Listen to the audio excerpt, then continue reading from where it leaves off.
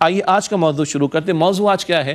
نبی کریم صلی اللہ علیہ وسلم کی 23 برس کی سنت، جیسے کہ ابھی تشریح بھی آپ کے سامنے رکھی گئی آیت کریمہ کے مطالعے میں، اور اب ایک عنوان کے تحت آج کی بات کو ہم آگے بڑھا رہے ہیں۔ تو کیا ہے 23 برس کی سنت؟ وہ ہے دعوت دین کا فریضہ، اللہ کے دین کی دعوت لوگوں تک پہنچے، اللہ کا پیغام لوگوں تک پہنچے، اللہ کے بندوں کو اللہ سے روشناس کرایا جائے، اللہ کے بندے اللہ کو مانیں اور اللہ کے بندے اللہ کی ماننے پر آ جائیں۔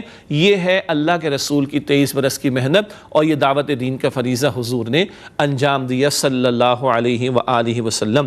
اس تعلق سے بڑے پیارے پیارے صفاتی نام نبی مکرم علیہ السلام کے قرآن پاک میں ذکر کیے گئے۔ اگلا نقطہ نوٹ کیجئے گا، نبی کریم صلی اللہ علیہ وسلم شاہد، نذیر اور بشیر ہیں، بلکہ ترتیب یوں ہے کہ نبی کریم صلی اللہ علیہ وسلم شاہد ہیں، بشیر ہیں اور نذیر ہیں۔ یہ الفاظ آئے قرآن پاک میں سورۃ الاحزاب کی آیت نمبر 45 میں۔ سورہ احزاب کی آیت نمبر 45 کے الفاظ کچھ اس طرح آتے ہیں ہمارے سامنے، یا ایھا النبی انا ارسلناک شاہدا ومبشرا ونذیرا، اے نبی علیہ السلام ہم نے آپ کو شاہد بنا کر بھیجا، مبشر بنا کر بھیجا اور نذیر بنا کر بھیجا۔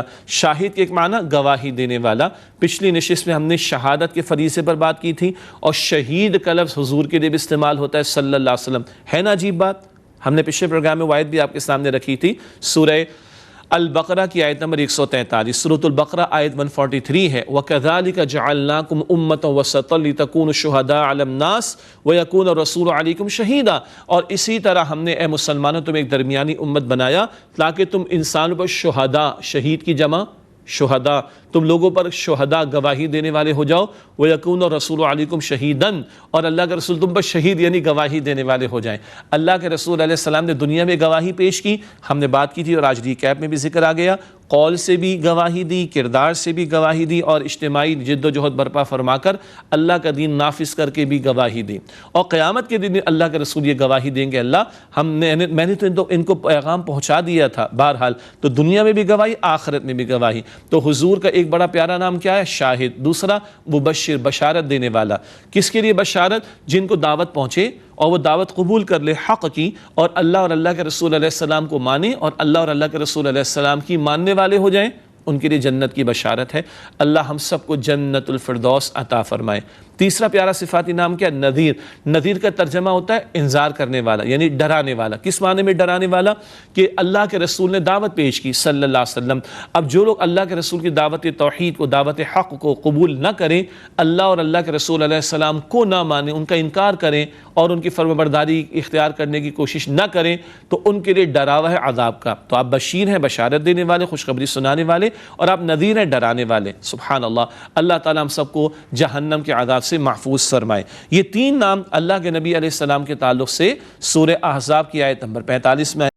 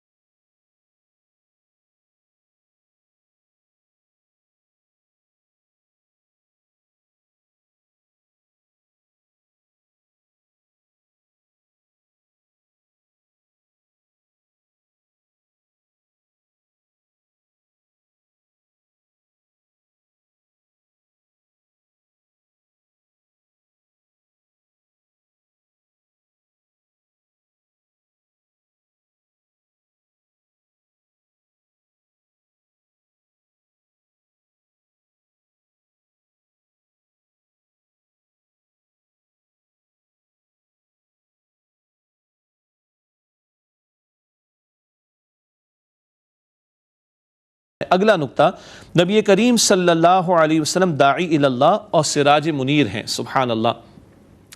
سورہ احزاب کی آیت نمبر 45 کا بھی حوالہ ہے، تین نام تھے، شاہد، نذیر و بشیر۔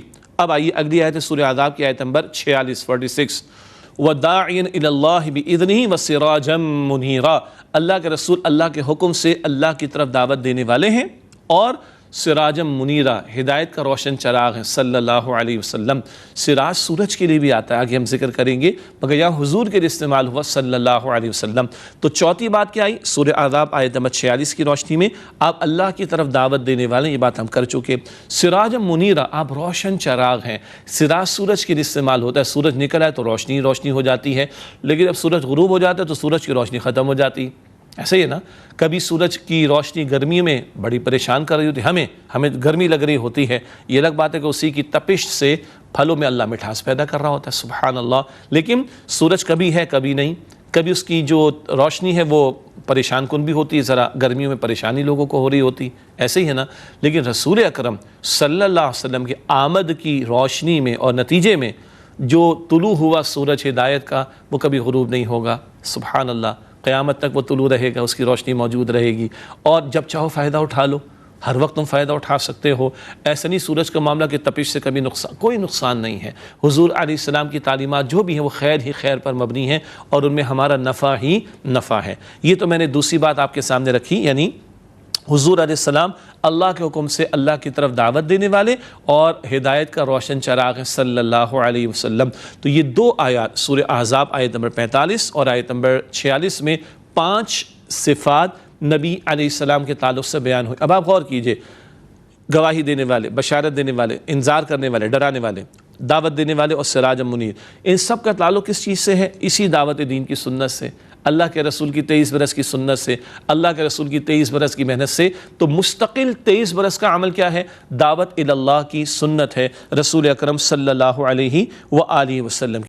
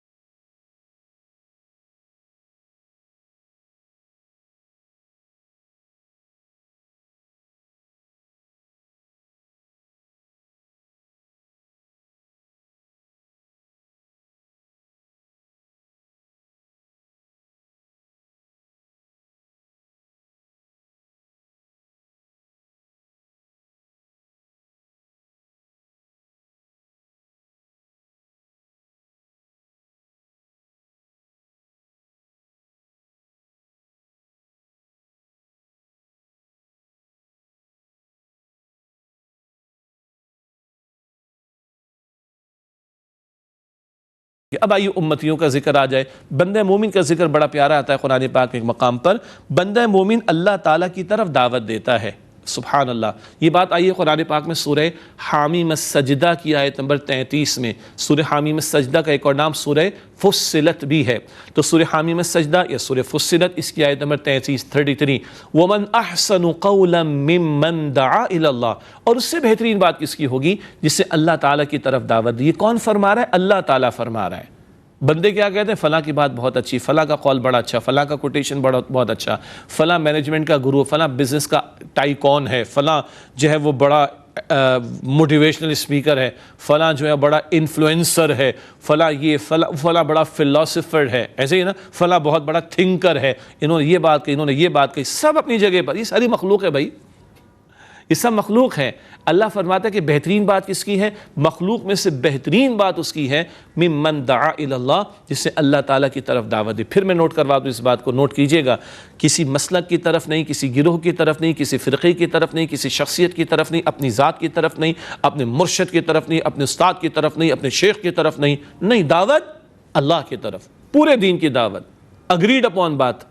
اختلاف کو چھوڑ دو، یعنی اختلاف علمی مباحث کی حد تک رہے، کوئی مسئلہ نہیں، فرقواریت کو چھوڑ دو، لڑانے کی باتوں کو چھوڑ دو، اللہ کی طرف دعوت دینے والا. تو بندہ مومن اللہ تعالیٰ کی طرف دعوت دیتا ہے، اور یہ میری اور آپ کی ذمہ داری بنتی ہے. ہم نے پچھلی نشست میں بھی اس پر کچھ کلام کیا تھا، آج ہم کھول کر اور مزید بات کر رہے ہیں کہ یہ دعوت دین کا کام، یہ 23 برس کی سنت ہے رسول اکرم صلی اللہ علیہ وسلم کی.